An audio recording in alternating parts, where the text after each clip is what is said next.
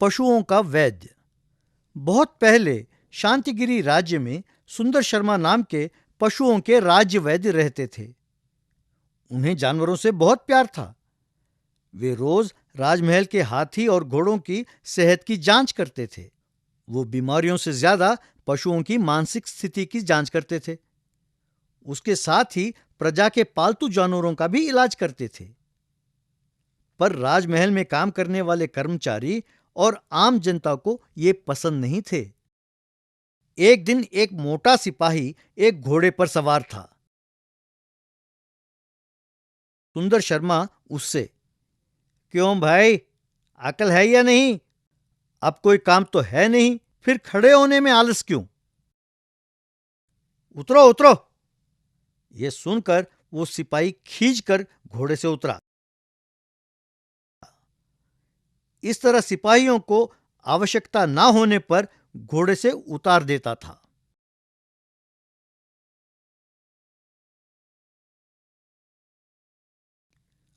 एक दिन एक जमींदार अपने कुत्ते को लेकर वहां पे आया।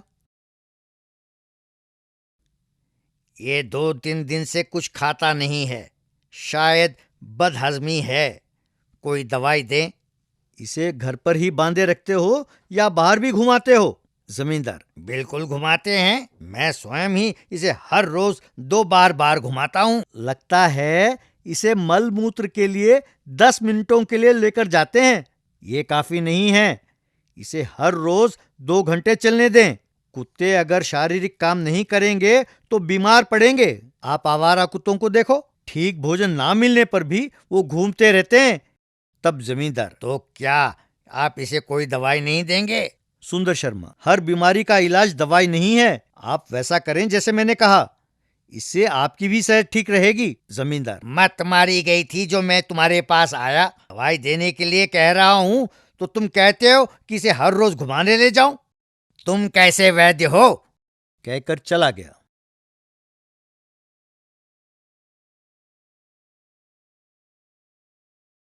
एक दिन एक किसान अपने बैल को लेकर सुंदर शर्मा के पास आया।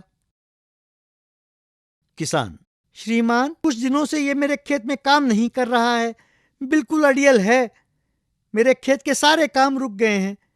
आप इसे कोई ताकत की दवाई दें।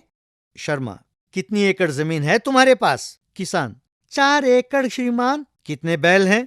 किसान, यही एक है श्रीमान। शर्मा, तो एक काम करो, एक और बैल खरीद लो, तब इसमें ताकत बढ़ेगा।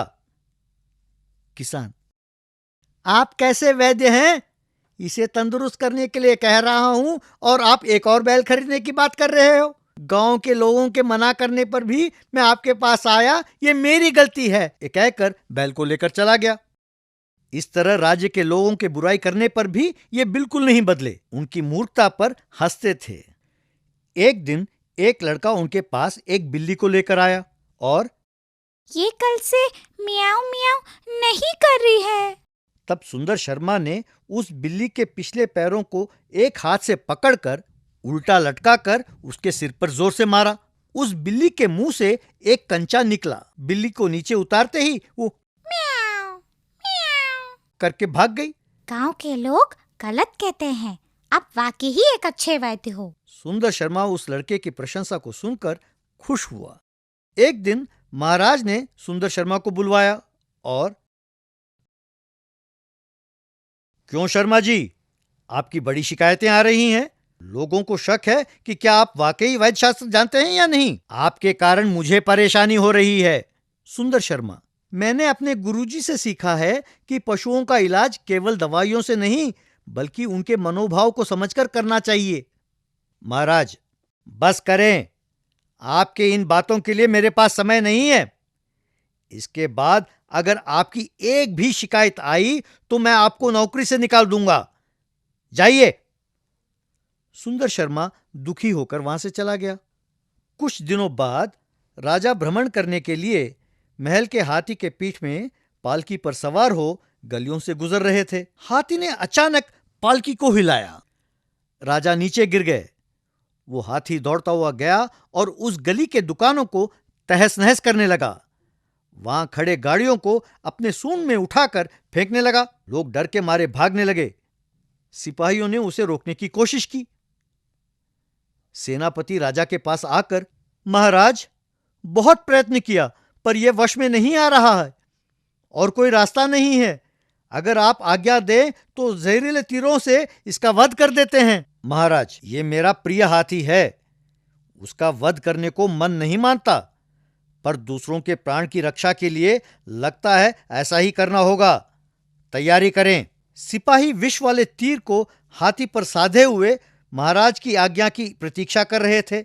महाराज उन्हें आज्ञा देने ही वाले थे कि सुंदर शर्मा वहां आया और, महाराज, यह हाथी पागल नहीं है।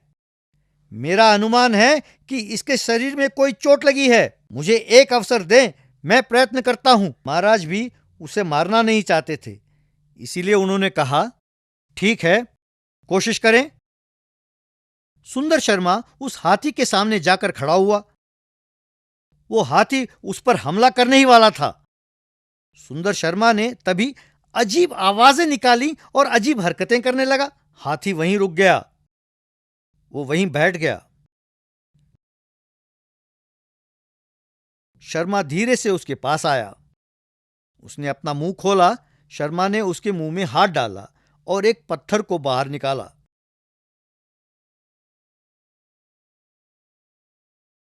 ये सब देख महाराज दंग रह गए। लोग भी हैरान थे। तब वो हाथी थक कर वहीं सो गया। तब महाराज, सिपाही और लोग हर्षित होकर ताली बजाने लगे। शर्मा महाराज के पास आए और, महाराज, वो जब आहार खा रहा था तो उसके मुंह में एक पत्थर चला गया। उस पीड़ा को ना सह पाने के कारण उसने ऐसा किया। महाराज, शाबाश शर्मा जी, इतने दिन हम समझ रहे थे कि आप वैद्य विद्या नहीं जानते हैं। आप हमें क्षमा करें। आज से आपको इस राज्य के पशु वैद्य मंत्री घोषित करता हूं। अब से राज्य के लोग आपके कहे अनुसार ही पशुओं का पालन करेंगे।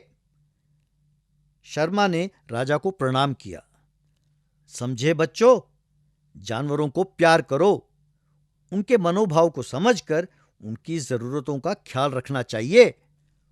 उनके प्रति प्यार ही नहीं, जिम्मेदारी भी निभाना चाहिए। आई बात समझ में?